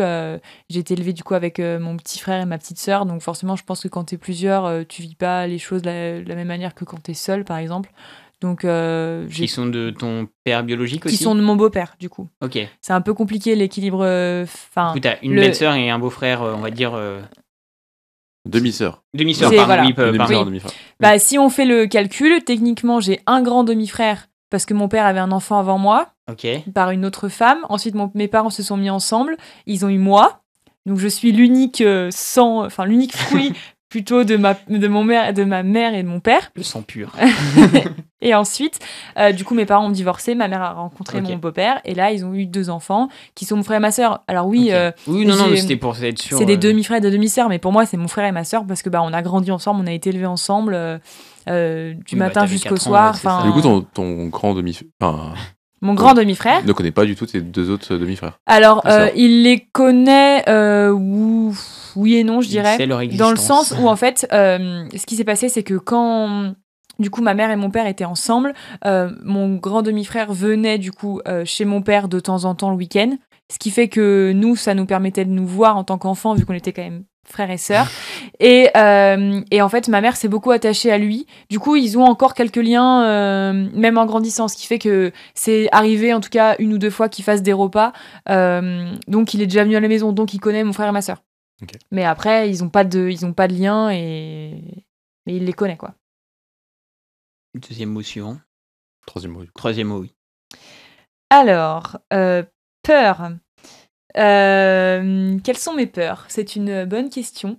Je pense que l'une de mes plus grandes peurs, c'est un peu con à dire, mais je pense que ça serait de me retrouver seule.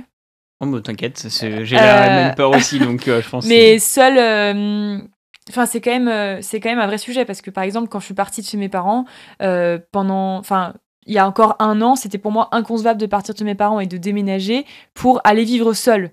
Parce que j'ai toujours justement été entourée dans mon cadre familial, j'ai toujours eu beaucoup de présence à la maison et ça m'angoissait l'idée d'avoir un appartement seul et de rentrer le soir et d'avoir personne avec qui parler, personne avec qui discuter, d'être seule avec moi-même, quoi. Et au final, de ce côté-là, j'ai réussi à avancer, à grandir en partant de chez mes parents, même si ça a été très, très compliqué au début. Enfin, clairement, les gens ne le savent pas forcément, mais la première semaine, je pleurais tous les jours dans mon appartement toute seule, alors que pour certains de mes amis, c'était en mode mais c'est trop bien, tu vas être toute seule, tu vas pouvoir faire ce que tu veux, etc. Et moi, je voyais pas du tout les choses comme ça, je voyais les choses en mode je rentre le soir d'habitude, je me mets à table, je raconte ma journée, et là, je vais raconter la journée à moi-même, genre super. Donc ça, je pense que c'est la plus grosse de mes peurs, et puis seule aussi sur le long terme, dans le sens où pour moi c'est important de partager la vie avec quelqu'un. Donc la seule sur le côté amoureux, on va voilà. dire.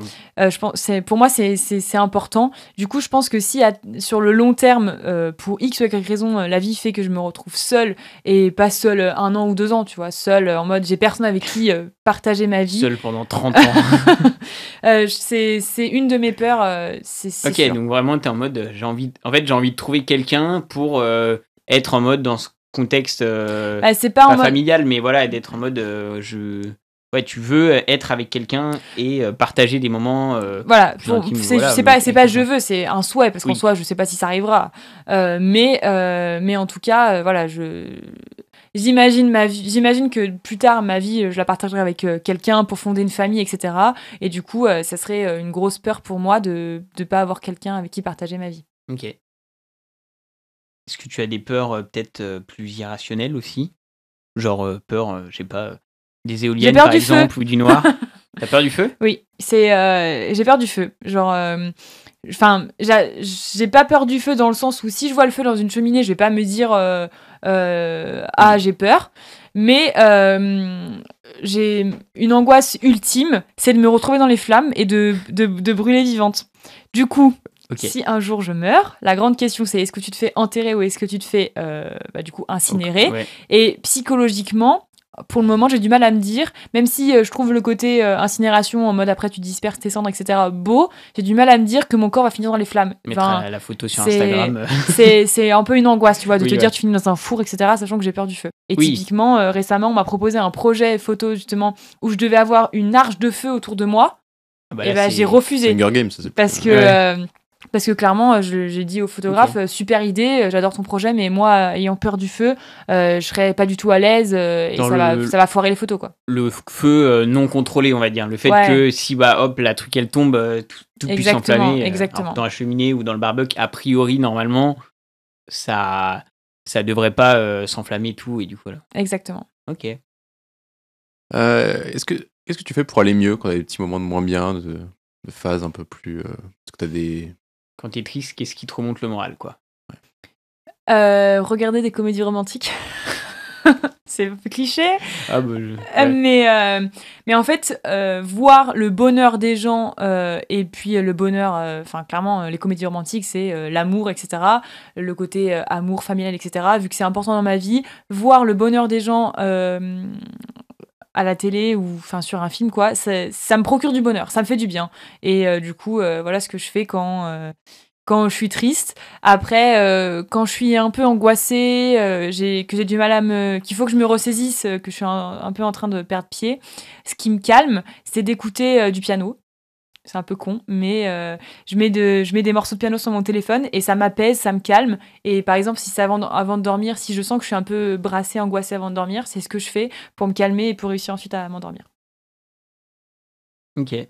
Moi, je te rejoins un peu sur les comédies romantiques, mais moi, c'est presque l'inverse. C'est genre, j'aime bien voir des films, je suis un peu triste dans le truc, genre sur la fatalité des relations qui, malgré les deux qui s'aiment à fond, genre un peu en mode Roméo et Juliette, tu vois, mais l'amour ne peut pas exister pour X ou Y raison. Et du coup, genre, souvent, c'est un peu triste à la fin, tu vois. Du coup, tu genre, je soigne le mal par le mal, tu vois, en mode genre...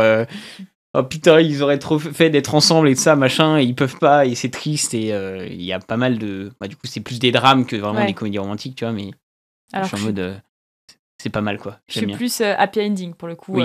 Et ils vécurent heureux, ils eurent beaucoup d'enfants. Même si quand je commence un film, je sais que ça va finir comme ça me... Oui, même si c'est...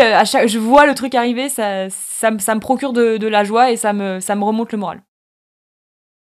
Parce que tu pourrais avoir aussi tout d'avoir un peu le seum, tu vois, de dire le fait que de voir les gens heureux te rappelle que toi tu l'es pas sur le moment et du coup Bah alors clairement, si je viens de me faire plaquer, que je suis au fond du trou et tout, je pense oui que tu ressens ce côté-là en mode putain ils sont heureux, moi pas.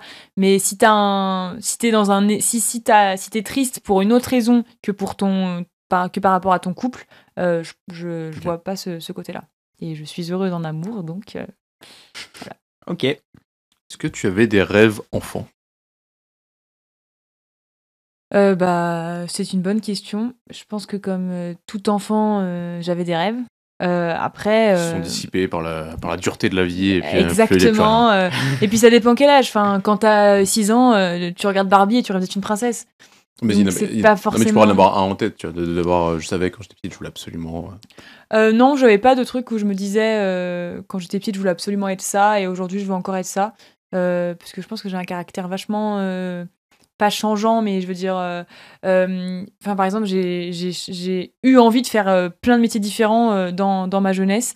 Un coup, je voulais être architecte, un coup, je voulais être avocate, un coup, j'ai eu plein d'envies. Et du coup, il n'y a pas de rêves qui sont encore présents aujourd'hui, je pense. Ils ont disparu sous Non, mais la tristesse. voilà, c'est sûr que j'avais 6 ans, je voulais être une princesse et que quand je regarde Oui. Barbie, je me dis, ouais, c'est beau, quoi. Mais je sais que ça n'arrivera jamais. Enfin, ça me fait rêver dans le sens où je trouve ça beau, mais ça me fait pas rêver dans le sens où je veux devenir ça. Ok.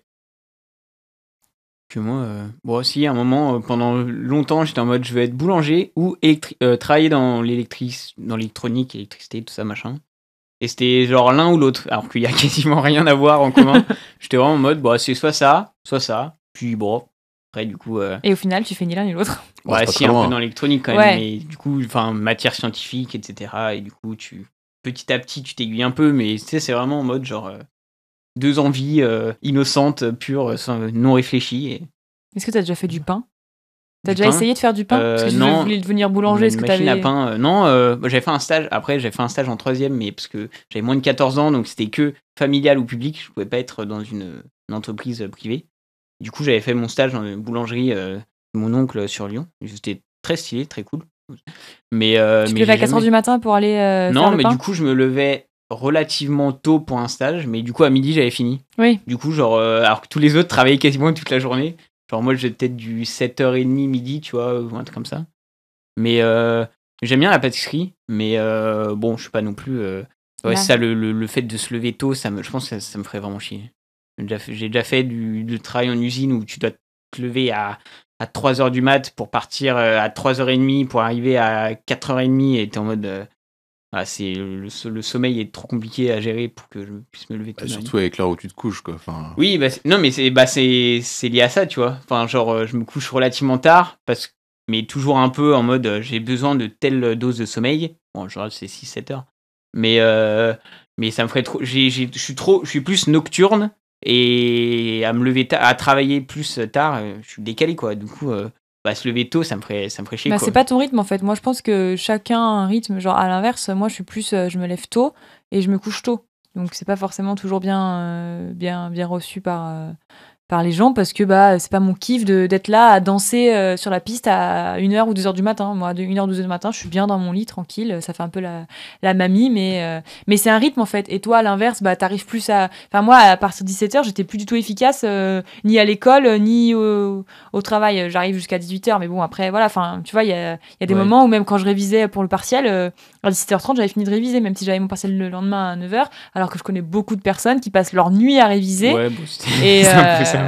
Ouais. Mais parce que vous avez aussi ce rythme-là. Moi, si je faisais ça, j'étais fatiguée, j'étais pas concentrée. Enfin, oui, par contre, physiologiquement, je pouvais pas quoi. Je suis éclaté sa mère et genre j'aime bien faire des siestes aussi. Du coup, ça encourage le côté. Je peux dormir un peu moins parce que si je fais une sieste de 20 minutes après manger, bah du coup je suis bien, tu vois. Donc c'est un cercle vicieux et des fois avoir un rythme un peu c'est pas mal dans mon boulot. Je suis en mode il y a les réunions qui sont à 9h. Du coup ça hop. Je sais que je vais me lever à telle heure et du coup je suis en mode si je me lève à 8h, du coup ça veut dire que faut au minimum que j'ai 7 heures de sommeil, donc des fois je dépasse un peu, mais du coup je suis en mode ok, je sais qu'à partir de cette heure là le lendemain tu sais, tu le sens, quand t'es fatigué machin, t'arrives à rien et tout ça. Du coup oui, je suis plus c'est mon rythme un oiseau de nuit. Exactement, je me serais pas décrit comme ça, mais oui, c'est poétique. Et toi Simon, c'est quoi ton rythme? Ouais, c'est assez variant, mais moi j'ai besoin de beaucoup dormir surtout. Donc après, que ça soit. Oui, c'est Le ça. lever C'est tôt. ta quantité de sommeil que t'as besoin. Genre, moi, j'ai un collègue genre, je sais pas comment il fait, il est jamais fatigué, mais il a besoin, genre, lui, s'il a 6 heures de sommeil, nickel, il est en pleine forme le lendemain et tout, tu vois. Ouais. Du coup, bah, comme il est dans ma coloc, souvent, nous, on se couche assez tard. Lui, il regarde où il joue un peu, enfin voilà. Et du coup, genre, il se couche hyper tard. Le lendemain, il se lève à 7h30, tranquille, il va faire son boulot, et hop, il revient. Et là, tu te dis, putain, il y a des gens qui sont mieux lotis que d'autres, on va Ah dire. bah tu gagnes 2 heures par jour, par rapport à un qui dort pendant Oui, 8 c'est ça. heures.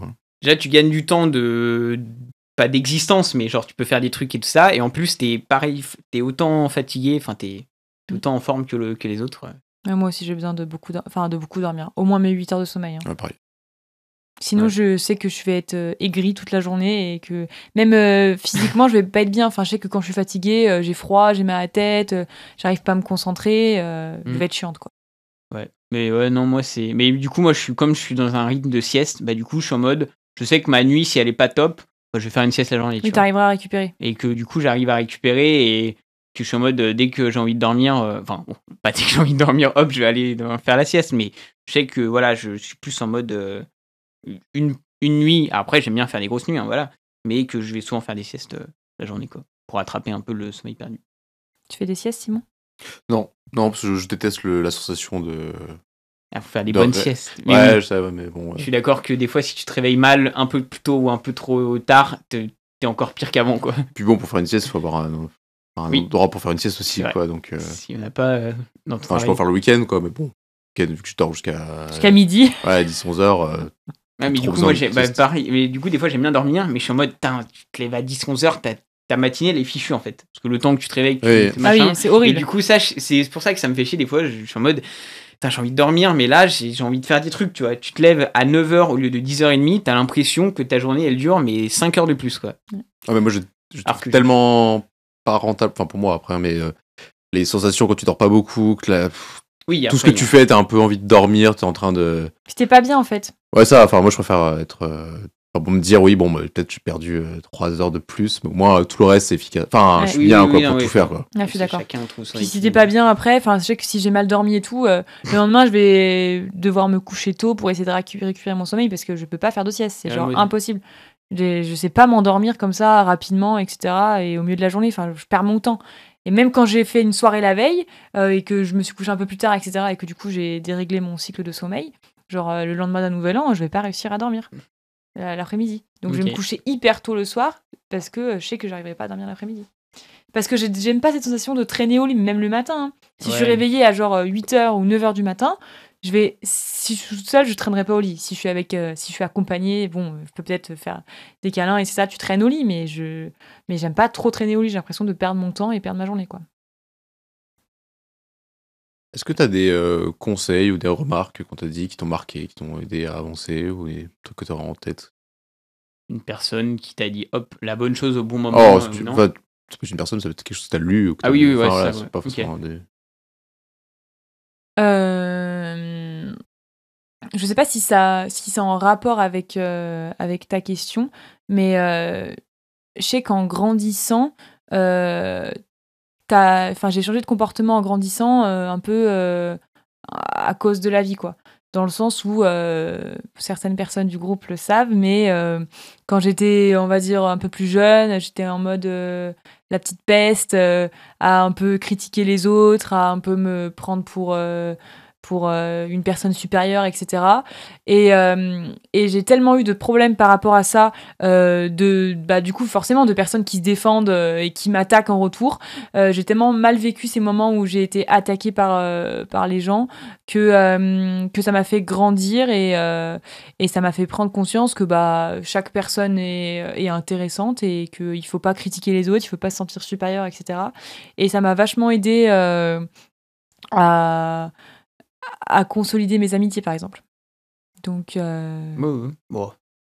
J'étais un peu pareil quand j'étais jusqu'au lycée. Je crois que la première fois qu'on s'est vu avec Simon, j'étais un petit con, tu vois. Ouais, voilà, Clairement, c'est et ça. du coup, pareil, en plus, c'était parce que j'étais un peu un bon niveau scolaire, et du coup, je te la raconte un peu, tout ça, machin. Exactement. Et j'étais le petit con, et jusqu'au lycée, puis regarde, maintenant, avec Simon, on anime un podcast, donc prouve que aussi. Bah, en fait, on grandit, changes, quoi, ouais, on change. Mais Puis les gens te le font remarquer, t'es en mode genre. Exactement. T'es con, ferme ta gueule. Et du coup, tu te dis, c'est vrai que là, oui, j'aurais pu j'ai faire ma exagéré. gueule, tu vois. Et en même temps, c'est bien qu'il y ait des gens qui te disent tais-toi, c'est pas vrai, qui te rejettent, etc. Parce que dans ces moments-là, t'as besoin aussi d'avoir des retours un peu négatifs pour te rendre compte que t'es en train de faire de la merde et que tu te prends pour Miss France alors que t'es juste une personne simple, quoi. Oui. Donc. Question de l'invité précédent. Ok. Donc, qui était Joff. Qui te du coup demande, alors il sait pas que c'était toi, hein, du coup la question n'est pas visée pour toi, mais il demande pour toi quels sont les green flags, les indicateurs qui te font dire que t'es avec la bonne personne, ou alors quelque chose que Qui est niveau couple, hein, important du pour coup, toi. Un niveau couple. du coup voilà, qui est les les petits green indices flags, qui te disent ah ça c'est il a ça, ou c'est le bon truc, tu vois, enfin c'est le. Est-ce que la personne précédente se demande ça parce qu'elle est pas sûre? Non, je rigole. Par rapport à son couple, je rigole. Je dirais que quand tu te sens bien avec une personne et que tu penses que c'est la bonne personne, t'as envie de passer du temps avec la personne tout le temps. Enfin, t'es bien avec la personne, tu veux pas la quitter, t'as toujours envie d'être avec elle, et du coup t'as même plus besoin d'avoir des moments nécessairement pour toi, même si t'es un caractère indépendant, t'as même plus envie d'avoir ces moments-là pour toi, parce que tu sais que t'es avec la personne, même si la personne elle est juste à côté de toi sur le canapé, vous faites deux choses différentes, t'es juste bien avec sa présence. Je dirais que il faut qu'il y ait une relation de complicité avec la personne avec qui t'es, que tu puisses parler des choses quotidiennes, que tu puisses parler de tes problèmes, que tu puisses dire des conneries, être toi-même. Je pense que être soi-même, c'est hyper important, que la personne elle soit pas là à te reprocher d'être une personne différente. Je sais pas trop comment l'exprimer, mais je sais que ça m'est... Tu caches rien, que t'arrives à être... Voilà, enfin, exactement. T'es pas peur de montrer certaines parties de toi. Exactement. Mais que ça soit que ça soit physiquement ou que ça soit intellectuellement. Que t'aies pas peur de montrer que...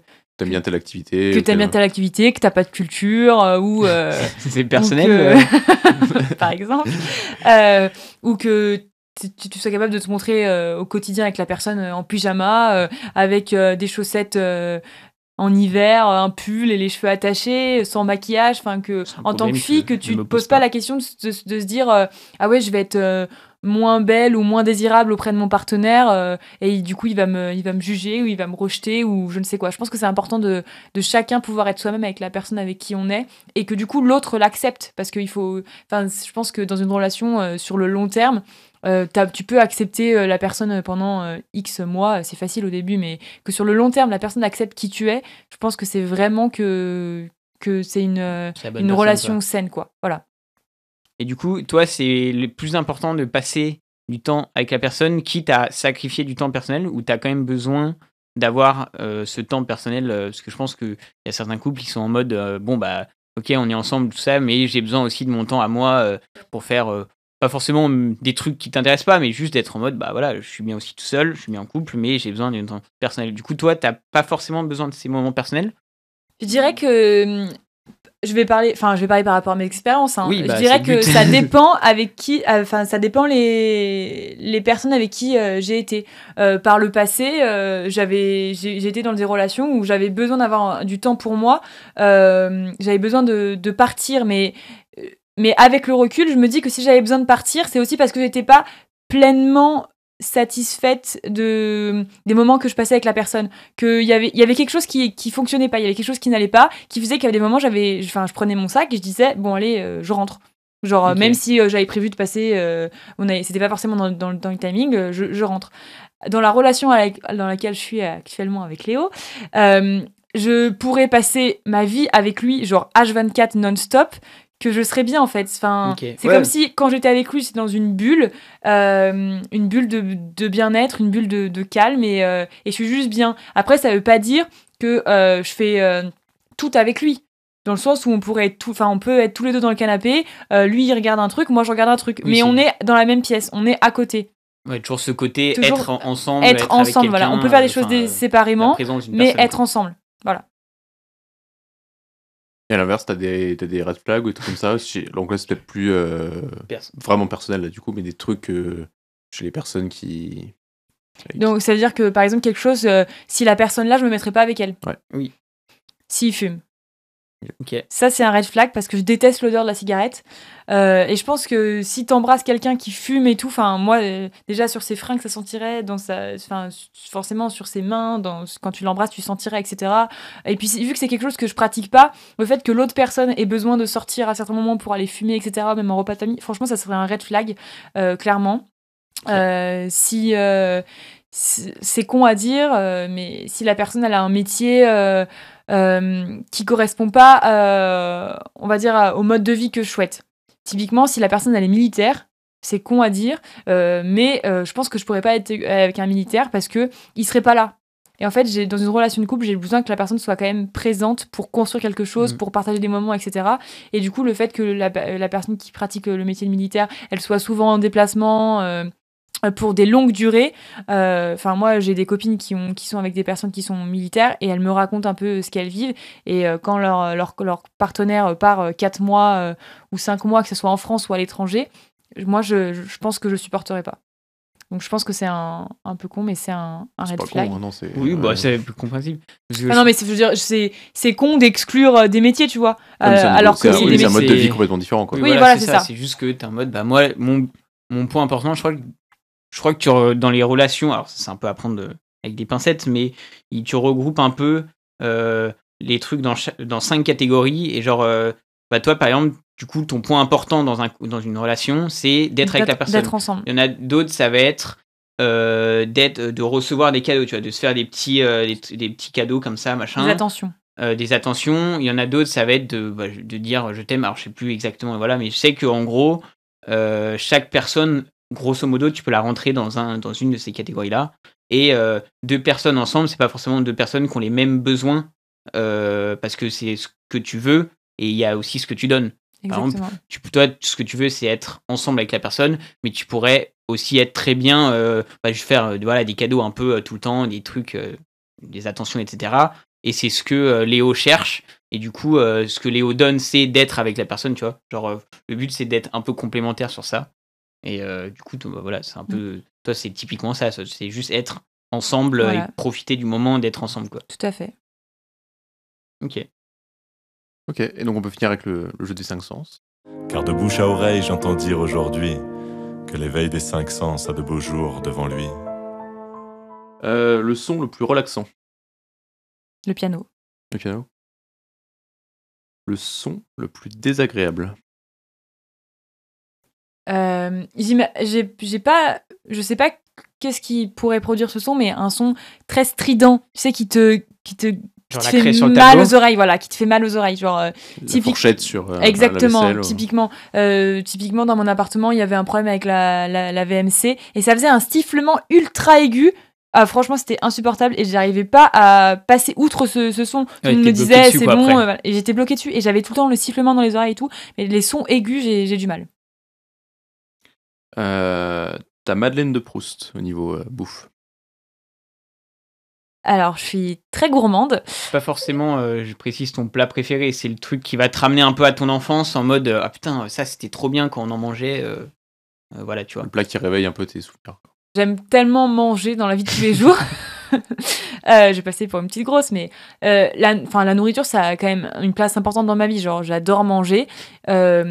Essentiellement du sucré parce que je suis très gourmande, mais je prends beaucoup. Gourmande salée aussi. Voilà, mais je prends beaucoup de plaisir à manger en règle générale. Comme ça, j'ai pas de choses. Enfin, il y a des plats emblématiques que fait ma mère qu'elle réussit très bien, comme les lasagnes par exemple, ou la blanquette de veau. Enfin, c'est des plats que j'adore manger et je sais que quand je vais manger ça chez mes parents, je sais que je vais être trop bien parce que c'est genre trop bon, quoi. Quel plat, aliment ou boisson que les gens raffolent mais que tu ne peux pas avaler? Très bonne question. Je ne sais pas si j'aime des choses. Enfin, si j'aime pas des choses que d'autres adorent. Mais typiquement, je pense à tout ce qui est petits bonbons au chocolat type M&M's, par exemple. Smarties, etc. Moi, j'aime pas ça. J'aime pas ça. c'est pas en mode j'aime pas ça, ça va me faire vomir, mais je prends pas de plaisir à en manger. Alors que je sais qu'il y a plein de gens qui adorent ça. Et quand on t'offre ça, t'es là en mode ah, t'as de la chance, j'ai amené des M&M's et tout, et moi je suis là en mode ah ouais, super, enfin, genre, Ok. c'est pas. Genre, certes, t'es quand même un peu. Enfin, pas sélective, mais ok, il y a des sucreries que t'aimes pas forcément. Voilà, les M&M's et les Smarties, c'est pas des choses que je prends plaisir à manger, comme les chocobons, c'est quelque chose, je sais pas, c'est pas. Ouais, c'est pas- le chocolat peut-être. Mais du coup, sinon, t'es facile. Parce que là, du coup, c'est des trucs que tu prends pas le plaisir, mais il y a rien que t'aimes pas ou. Enfin, non. Je sais pas, les champignons, un truc que un j'aime, peu commun, tu vois. que j'aime pas, mais que les autres adorent, je vois pas. Non, bah, Après, ouais, enfin, je veux dire. Il y a plein, enfin, typiquement, j'aime pas le chou-fleur. Ouais, des trucs qui sont plus. Ça, C'est récurrent. mais ou voilà, les les gens gens aiment pas. Mais le chou-fleur, tu m'en feras pas manger, quoi. Je déteste ça. Et tout ce qui est autour, hein, brocoli, chou-fleur, chou Bruxelles, etc., c'est pas possible. Le chou, quoi. Le chou en général, ça passe pas. Mais en même temps, ça passe chez pas beaucoup de gens. Hein. Quelle chose, quel élément de la vie pourrais-tu regarder des heures? J'adore la plage, j'adore la mer, j'adore l'odeur, le bruit. Donc je pense que je pourrais tu vois, typiquement dans un moment de solitude, si j'ai la mer à proximité, je pense que c'est dans un endroit dans lequel j'irais me réfugier. Tu vois, je m'assois sur la plage et je regarde l'eau, les vagues, c'est quelque chose en mouvement, il y a un bruit qui est agréable, il y a une odeur qui est agréable. Si en plus il fait beau et qu'il y a du soleil, alors là... La chose la plus malaisante à regarder? Bah, je suis pas très sang, tu vois. Donc je pense que si on me montre quelqu'un qui se blesse ou tu vois tout ce qui est film gore, les scènes gore et tout, franchement voir le sang gicler et tout, moi ça me donne des frissons et je tourne la tête, quoi. L'odeur que tu apprécies le plus? L'odeur que j'apprécie le plus, bah, j'ai pas une odeur en particulier, mais l'odeur de l'été. L'été. C'est à quelle odeur l'été? L'été, ça a l'odeur de la chaleur, des fleurs, de la vanille, La de transpiration à 42 degrés. Genre, Non, ouais, l'odeur des fleurs. Non, mais je comprends un peu le. Mais moi j'aime bien justement, j'allais dire, j'aime bien l'odeur de l'hiver, mais tu vois, genre à Grenoble quand il commence à faire froid et t'es en mode, peut-être tu sens un peu genre qu'il va neiger, qu'il fait froid, c'est un peu humide et tout ça, et bah je suppose que c'est un peu Voilà, pareil. exactement. Je déteste le froid et j'adore le soleil, donc clairement, je déteste l'odeur de l'hiver, tu vois. Vu qu'on fait les teams saison, bah moi c'est l'odeur du printemps que je préfère. Plus, le moment où. Bah au final, il y a aussi les fleurs au printemps, parce que Oui, c'est le mais c'est moment pour où ça. elles Non, mais sortent voilà, en fait. voilà. Mais il fait encore trop frais. C'est genre le matin quand il fait un peu frais, mais que t'as le soleil qui commence à taper, machin. que tu Ok, vois mais il fait pas trop chaud. que tu vois l'extérieur s'ouvrir, renaître de cet hiver rugueux. L'odeur que les gens aiment, mais toi non. La cigarette. Oui. Mais il y a des gens qui aiment, enfin il y a des gens qui Ah oui, aiment pas ça non pardon. plus, mais il y a des gens qui aiment ça, donc moi la cigarette, je déteste l'odeur et du coup je suppose que ceux qui fument aiment l'odeur puisqu'ils fument. Bon, c'est pas forcément. Enfin, après, Ouais, je sais pas, jamais fumé, mais peut-être qu'il y en a qui aiment pas spécifiquement l'odeur, mais peut-être plus. T'as déjà peut-être d'être accro, ou enfin, même de. Je sais pas si l'odeur et le goût c'est différent sur la cigarette. J'ai jamais fumé. Et tu vois, peut-être il y a le côté se sentir bien quand tu respires la fumée, mais je sais pas si tu vois, tu aimes forcément la fumée de la cigarette, tu vois. Oh, l'odeur me C'est dérange pas. Ouais. Mm. Mais l'activité manuelle la plus satisfaisante? La pâtisserie. J'adore surtout les moments où pâtisserie où tu dois mettre tes mains, tu vois. Et tu dois mettre tes mains dans une pâte là où tu dois travailler la pâte avec tes mains. Franchement, c'est trop kiffant de typiquement la pâte à cookies. Genre tu la fais à la main, tu mets tous tes ingrédients à la main, tu sais que t'as sorti de ton beurre avant du frigo pour qu'il soit pas dur et tout quand tu vas le travailler. Genre ce côté travail des mains, sensation de sentir vraiment les ingrédients, etc. Franchement, moi j'adore ça. Et pour finir, l'activité physique la plus pénible? Le sport en général. Tous les sports? Non, enfin, je suis pas très sportive dans la vie de tous les jours et dès que je dois faire un effort sportif, je trouve ça chiant. Après, il y a des sports que je préfère par rapport à d'autres. Typiquement, j'ai fait de la danse pendant 15 ans. C'est bien que j'aimais le côté... cette activité-là sportive. Mais je me rappelle au lycée, quand on me demandait de faire de la course de relais, du saut de haie ou quoi, tout ce qui est athlétisme, je détestais ça. Vraiment, quoi. Genre, j'aime pas du tout la sensation que ça te fait. Bon, après, je suis pas sportive, mais ça me faisait presque mal aux poumons, au cœur. Ou voilà. Et le même. Sport, quand tu forces, ça fait mal. Hein, voilà, j'aime pas ça. Bon, podcast touche à sa fin. Est-ce que tu as apprécié d'être ici Est-ce que tu as passé un bon moment? Eh bah ouais, j'ai passé un bon moment. Franchement, au début, c'est assez impressionnant quand même. C'est vrai que là, le décor, studio, vraiment la chambre. T'es dans un studio à Paris, non, je rigole. Non, mais ce côté parler dans un micro un peu spontanément, au début, t'as pas envie de bugger en fait, donc c'est assez impressionnant, mais au final, c'est assez intéressant comme expérience. Donc c'était sympa, j'ai passé un bon moment en votre compagnie, les amis. Ok. Pas de même. Et est-ce que tu aurais un mot comme ça qui te vient à l'esprit pour clore l'émission? Hop, n'importe lequel. Vague. Et très bien. Et c'est sur ce mot que nous finirons ce podcast. Au revoir. Au revoir et puis merci beaucoup pour l'invitation.